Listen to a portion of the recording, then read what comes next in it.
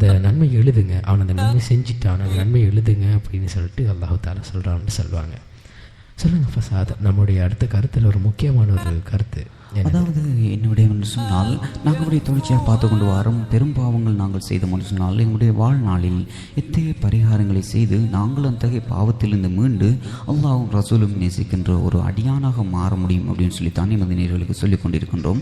அந்த விதத்தில் ஒரு நேர்ச்சைக்குரிய ஒரு பரிகாரத்தை பற்றி தான் ரசூல் ஸல்லல்லாஹு அலைஹி வஸல்லம் அவர்கள் எவ்வாறு கூறுகின்றார்கள் அப்படின்னு சொல்லி பார்த்தோம்னு சொன்னால், யாராவது ஒருவர் குறிப்பிடப்படாத நேர்ச்சை செய்தால் அல்லது நேர்ச்சை செய்து அதை நிறைவேற்ற முடியவில்லை என்றால் அல்லது அல்லாஹுக்கு மாறு செய்யும் விஷயத்தை செய்வதாக நேர்ச்சி செய்தால் அவர்கள் சத்தியத்தை முறித்தவருக்குரிய பரிகாரத்தை வழங்க வேண்டும். பின்வரும் ஹதீஸ் அதனை தெளிவுபடுத்துகின்றது. யாராவது ஒருவர் பேர் குறிப்பிடப்படாத நேர்ச்சியை செய்வாராக இருந்தால் அதற்கு பரிகாரம் சத்தியத்தை முறித்ததற்குரிய பரிகாரமாகும். அல்லது நேர்ச்சி செய்து அதை நிறைவேற்ற முடியவில்லை என்றால் அவருக்குரிய பரிகாரம் சத்தியத்தை முறித்ததற்குரிய பரிகாரமாகும். அல்லது அல்லாஹுக்கு மாறு செய்யும் விஷயத்தை செய்ததாக நேர்ச்சி செய்தால் அவருக்குரிய பரிகாரம் சத்தியத்தை முறித்ததற்குரிய பரிகாரமாகும். யார் தன் சக்திக்குட்பட்ட நேர்ச்சியை செய்கின்றாரோ அவர் அதை நிறைவேற்றட்டும் என நபி ஸல்லல்லாஹு அலைஹி வஸல்லம் அவர்கள் கூறினார்கள். இந்த ஹதீஸ் முஸ்லிமில் பதிவு செய்யப்பட்டிருக்கிறது.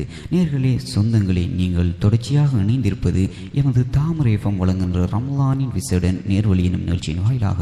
நாங்களுடைய பார்த்தோம்னு சொன்னால் இன்றும் நிகழ்ச்சியில் கஃபாரா, ஒரு குற்றம் ஒன்றை நாங்கள் செய்தோம் என்று சொன்னால் அந்த குற்றத்துக்கான இத்தகைய பரிகாரங்களை நாங்கள் அப்படியே செய்ய வேண்டும். அந்த பரிகாரங்களை செய்து நாங்கள் எப்படி அல்லாஹ் ரசூலும் நேசிக்கின்ற நபர்களாக மாற முடியும் என்றுதான் எமது நேர்கள் சொந்தங்களுக்கு நாங்கள் தொடர்ச்சியாக சொல்லிக் கொண்டு வரோம். எவ்வாறு சொன்னால் நேர்களே, சொந்தங்களே, தற்போது நேரத்தை பார்க்கணும்னு சொன்னால் தற்போது நேரம் 3:33 14 வினாடிகள்.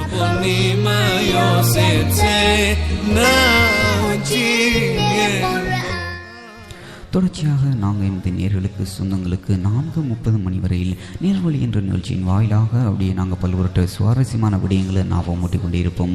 ரசூல் ஸல்லல்லாஹு அலைஹி வஸல்லம் அவர்களும் அல்லாஹும் அல் குர்ஆனிலேயே கூறுகின்ற விடயம் என்னவென்று சொன்னால், முஃமின்களுக்கு ஞாபகமூட்டல் என்பது அவர்களுக்கு சிறந்ததாகும், அவர்களுக்கு நன்மை பயப்பதாகும் அப்படின்னு சொல்லி அல்லாஹ் அல் குர்ஆனிலே கூறுகின்றான். எனவே நேர்களே, சொந்தங்களே, நாங்களும் நேர்வழி என்ற நிகழ்ச்சியின் வாயிலாக அல்லாஹ்வும் ரசூலும் எதிர்பார்க்கின்ற நேசிக்கின்ற விடயங்கள் தொடர்பில் எம்முடைய முஸ்லிம் சமூகத்தை ஞாபகமூட்டி அவர்களையும் நல்லமல் செய்கின்ற மக்களாக மாற்ற வேண்டும் என்பதுதான் எங்களுடைய நோக்கம். நாங்கள் அப்படியே தொடர்ச்சியாக பார்க்கணும்னு சொன்னால் இன்னும் ஒரு பெரிய ஒரு குற்றம் செய்து அதற்குரிய பரிகாரத்தை பற்றி அல்லாஹ்வும் ரசூல் ஸல்லல்லாஹு அலைஹி வஸல்லம் அவர்கள் எவ்வாறு கூறுகின்றார்கள் சொன்னால், கொலையை ஒரு நபர் செய்வானாக இருந்தால் அதற்குரிய பரிகாரம் எவ்வாறு என்று சொல்லி குறிப்பிடுகின்ற போது, கொலை 2 வகையான கொலைகள் சொல்லப்படுகின்றது. ஒன்று வேண்டும் என்று செய்யப்பட்ட கொலை, அடுத்தது தெரியாமல் நடக்கின்ற கொலை அப்படின்னு சொல்லி 2 வகையாக கொலைகள் பாகுபடுத்தப்படுகின்றது. அதில் முதலாவது ஒரு விடயம்தான் வேண்டுமென்று கொலை செய்வதற்குரிய தண்டனை. வேண்டுமென்று கொலை நடந்திருந்தால் கொலை செய்தவனை கொல்ல வேண்டும். கொலை செய்யப்பட்டவரின் உரிமையாளர்கள் கொலை செய்தவனை மன்னித்து நஷ்டஈட்டு தொகையை வேண்டினால் அதை அவன் வழங்க வேண்டும்.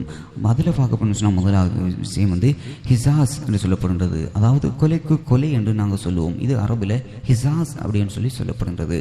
அதே போல் கொலை இரண்டாவது விடயம் கொலை செய்யப்பட்டவரின் பொறுப்புதாரிகள் ஹிசாஸை மன்னித்து கொலைக்கான நஷ்டஈட்டு தொகையை கேட்டால் அதை அவர் வழங்க வேண்டும் என்று சொல்லி 2வது வகைகளில் சொல்லப்படுகின்றது.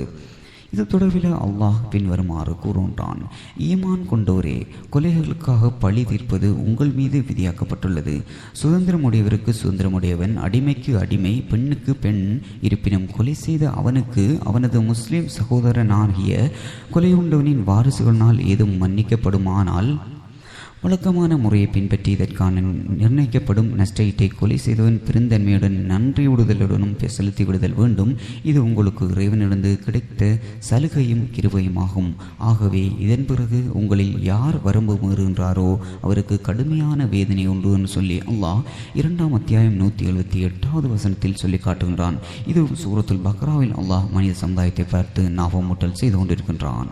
தொடர்ச்சி நேர்கள் அணிந்திருங்க. இது உங்களுடைய முதல் தர வானொலி தாமரை எஃப்எத்தினுடைய நேர்வழி எனும் நிகழ்ச்சியின் வாயிலாக இன்றைய நாள் நாங்கள் பாவம் மன்னிப்பு அப்படின்னு சொல்கிற முக்கியமான விடயத்தினை தான் பார்த்து கொண்டிருக்கின்றோம். அந்த வகையில் இப்பொழுது கொலையாளி தன்னோட பாவம் செய்தால் அவருக்கு என்ன தண்டனை கொடுக்க வேண்டும் அப்படின்னு சொல்லிட்டு இறைவன் சொல்லியிருக்கின்றான் அப்படின்ற ஒரு கருத்தினை தான் நாங்கள் பார்த்து கொண்டிருக்கின்றோம். அதனை தொடர்ந்து ஒரு நபர் வேண்டுமென்று கொலை செய்வானாக இருந்தால் மறுமையில் கொடுக்கப்படும் தண்டனை மிகவும் கொடுமையானது என அல்லாஹ் கூறுகின்றான். எவனேனும் ஒருவன் ஒரு முஹ்மீனை வேண்டுமென்றே கொலை செய்வானாயின் அவனுக்கு உரிய தண்டனை நரகமே ஆகும். என்றென்றும் அங்கேயே தங்குவான். அல்லாஹ் அவன் மீது கோபம் கொள்கின்றான். இன்னும் அவனை சபிக்கின்றான். அவனுக்கு மகத்தான வேதனையும் அல்லாஹ் தயாரித்திருக்கின்றான் என இது அல் குர்ஆனின் அல்லாஹ் 4ஆம் அத்தியாயம் 93வது வசனத்திலே எமது மனித சமுதாயத்தை பார்த்து அல்லாஹ் மூட்டல் செய்கின்றான். தொடர்ச்சியாக இந்த தௌபாவினை பற்றி குர்ஆனில் என்னென்னலாம் இறைவன் சொல்லியிருக்கின்றான் அப்படின்னு சொன்ன அந்த கருத்தினை பார்த்து விட்டு வரலாம். அப்படி பார்க்கணும்னு சொன்னால் நேர்களே சொந்தங்களே, இந்த கொலை என்ற விடயத்தில் 2வது விடயம், கொலை ஒரு தவறுதலாக நடந்திருக்குமாக இருந்தால் பின்வரும் பரிகாரத்தை முறைப்படி கொடுக்க வேண்டும் என்று சொல்லி அல்லாஹும் ரசூல் ஸல்லல்லாஹு அலைஹி வஸல்லம் அவர்களும் எங்களுக்கு சொல்லி காட்டுகின்றார்கள். முதலாவது விடயம் தான், கொலை செய்யப்பட்டவர் முஹ்மீனாக இருந்தால் ஒரு அடிமையை உரிமையிட வேண்டும். அத்துடன் கொலை செய்யப்பட்டவரின் குடும்பத்தாருக்கு நஷ்டஈடு வழங்க வேண்டும். அதேபோல கொல்லப்பட்டவன் கொலை செய்தவனின் பகை இனத்தை சேர்ந்த முஹ்மீனாக இருந்தால் முஹ்மீனான ஓர் அடிமையை விடுதலை செய்தால் போதுமாகும். அதேபோல 3வது விடயம், கொலை செய்யப்பட்டவன் கொலை செய்தவனின் சமாதான உடன்படிக்கை செய்து கொண்ட ஒப்பாரை சேர்ந்தவனாக இருந்தால் அவன் சொந்தக்காரனுக்கு நஷ்டஈடு கொடுப்பவுடன் முஹ்மீனான ஓர் அடிமையை விடுதலை செய்யவும் வேண்டும். அதேபோல இவ்வாறு பரிகாரம் செய்தவருக்கு சக்தி இல்லாதவனாக இருந்தால் அல்லாஹ்விடம் மன்னிப்பு பெறுவதற்காக தொடர்ந்தும் 2 மாத காலங்கள் நோன்பு நோக்க வேண்டும் அப்படின்னு சொல்லப்படுகின்றது. அடுத்ததாக நாங்கள் கேட்டுவிட்டு வரலாம். இது எங்களுடைய அந்த தௌபாவை பற்றி குர்ஆனில் என்னெல்லாம் இறைவன் சொல்லியிருக்கின்றான் அந்த கருத்தினை கேட்டுவிட்டு வரலாம். தொடர்ச்சி அணிந்திருங்க. இது உங்களுடைய முதல் தர வானொலி தாமரை பத்தினுடைய நேர்வழி நிகழ்ச்சியின் வாயிலாக. நன்மை செய்வோரின் கூலியை வீணாக்க மாட்டார்.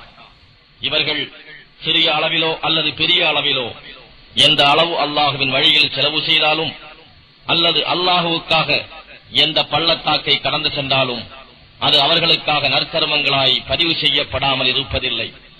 அவர்கள் செய்த காரியங்களை விட மிகவும் அழகான கூலியை அல்லாஹ் அவர்களுக்கு கொடுக்கிறான்.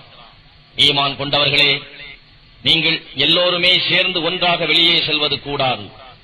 ஆனால் அவர்களில் ஒவ்வொரு வர்க்கத்தாரிலிருந்தும் ஒரு சிறிய கூட்டத்தார் சன்மார்க்க ஞானத்தை கற்றுக்கொள்வதற்காகவும் வெளியேறி சென்ற அவர்கள் பின்னே தங்கியவர்களிடம் திரும்பி வந்தால் அவர்களுக்கு அச்சமூட்டி எச்சரிப்பதற்காகவும் புறப்பட வேண்டாமா? இதை கொண்டே அவர்கள் தங்களை தீமை நின்றும் பாதுகாத்துக் கொள்வார்கள். நம்பிக்கை கொண்டவர்களே, உங்களை அடுத்திருக்கும் தொல்லை விளைவிக்கும் காபிர்களுடன் போர் புரியுங்கள். அவர்கள் உங்களிடம் உறுதிப்பாட்டை அவர்கள் காணட்டும். நிச்சயமாக அல்லாஹ் பயபக்தி உடையவர்களுடன் இருக்கின்றான் என்பதை அறிந்து கொள்ளுங்கள். ஏதேனும் ஓர் அத்தியாயம் இறக்கப்பட்டால் இது உங்களில் யாருடைய ஈமானை நம்பிக்கையை அதிகப்படுத்தி விட்டது என்று கேட்பவர்களும் அவர்களில் இருக்கின்றனர். யார் ஈமான் கொண்டிருக்கிறார்களோ அவர்களுடைய நம்பிக்கையை இது மெய்யாகவே அதிகப்படுத்திவிட்டது. இன்னும் அவர்கள் இது குறித்து மகிழ்ச்சி அடைகிறார்கள்.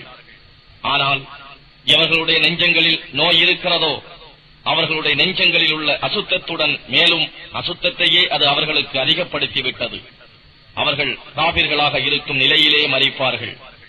ஒவ்வொரு ஆண்டிலும் ஒரு முறையோ இருமுறையோ அவர்கள் சோதிக்கப்படுகிறார்கள் என்பதை அவர்கள் காணவில்லையா?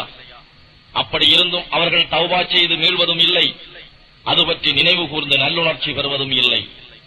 புதியதோர் அத்தியாயம் இறக்கப்பட்டால் அவர்கள் ஒருவரை ஒருவர் நோக்கி, உங்களை யாராவது பார்த்து விட்டார்களோ என்று கேட்டுக்கொண்டே திரும்பி போய்விடுகின்றனர். அல்லாஹ் அவர்களுடைய நெஞ்சங்களை ஒளியின் பக்கத்தில் இருந்து திருப்பிவிட்டார். காரணம் என்னவெனில் அவர்கள் சத்தியத்தை அறிந்து கொள்ள முடியாத மக்களாக இருக்கின்றனர். மூமீன்களே, நிச்சயமாக உங்களில் இருந்தே ஒரு தூதர் உங்களிடம் வந்திருக்கின்றார். நீங்கள் துன்பத்திற்கு உள்ளாகிவிட்டால் அது அவருக்கு மிக்க வருத்தத்தை கொடுக்கிறது. அன்றி உங்கள் நன்மைகளையே அவர் பெரிதும் விரும்புகிறார். இன்னும் மூமீன்கள் மீது மிக்க கருணையும் கிருபையும் உடையவராக இருக்கின்றார். நபியே, இதன் பின்னரும் அவர்கள் உங்களை விட்டு விலகிவிட்டால் அவர்களை நோக்கி, எனக்கு அல்லாஹ்வே போதுமானவன், வழிபடுவதற்கு உரிய நாயன் அவனை அன்றி வேறு யாரும் இல்லை, அவன் மீதே நான் பரிபூரண நம்பிக்கை கொண்டுள்ளேன், அவன்தான் மகத்தான அரியாசனத்தின் அர்ஷின் அதிபதி என்று நீர் கூறுவீராக.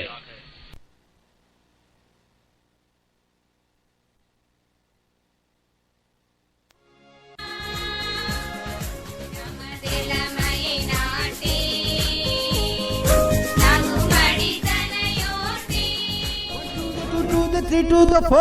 Tamara FM with Majana So. Get your party.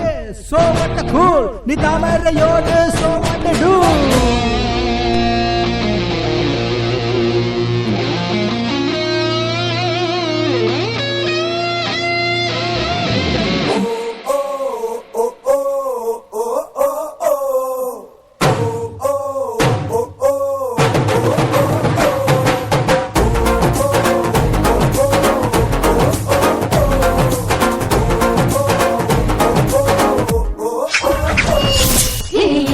புது வெளிச்சம் ஊத்தது தாமரை பெண்ணு கேக்குது பல நிகழ்ச்சி கேட்டதும் மனசுக்கு பெரும் மகிழ்ச்சி என் மனசுக்கு புது ராகம் கேக்குது தாமரை புது பாட்டு 1 2 3 4 ஐயோ இது நம்ம ஊரு குரல் பாரு பாட உச்சி மேல உச்சி போய் கால் தடத்த பசி தடனை மென்னிக்கு பாரு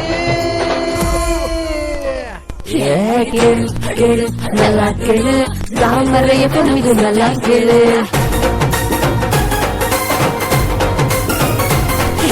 கேளு கேளு நல்லா கேளு தாமரைய பொண்ணு நல்லா கேளு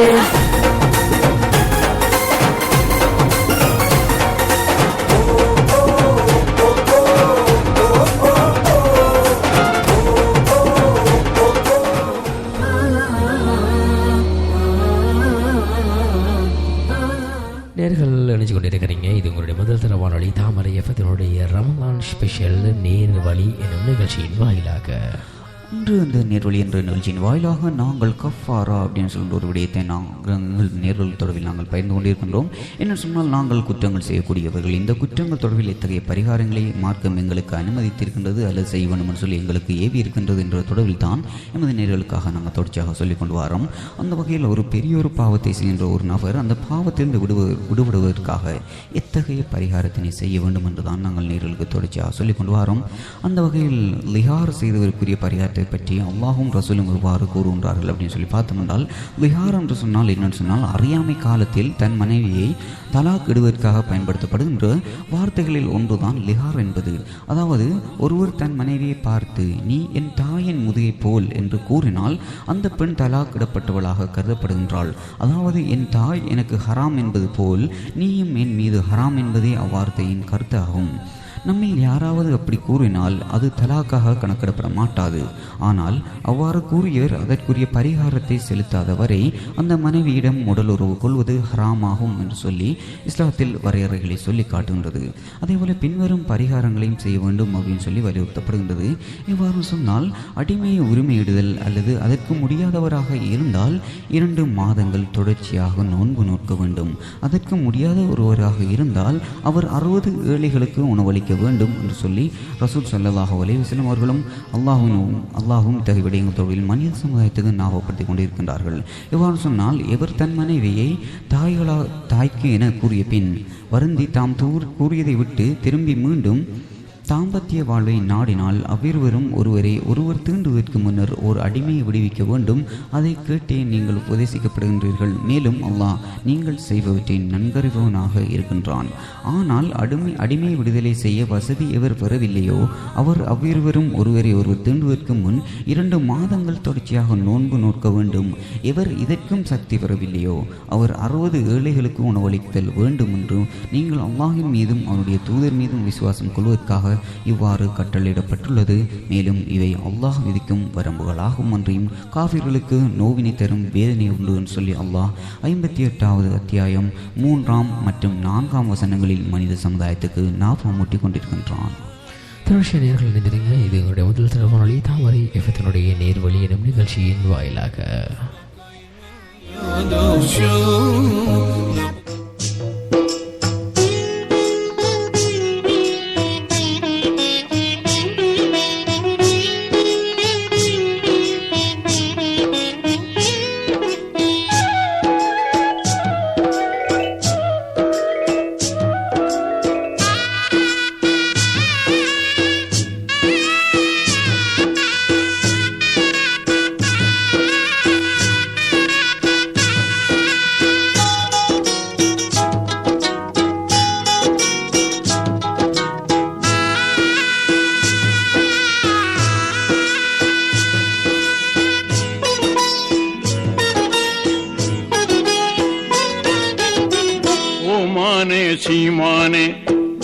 புரட்சியரின் பூமானே கோமானே சீமானே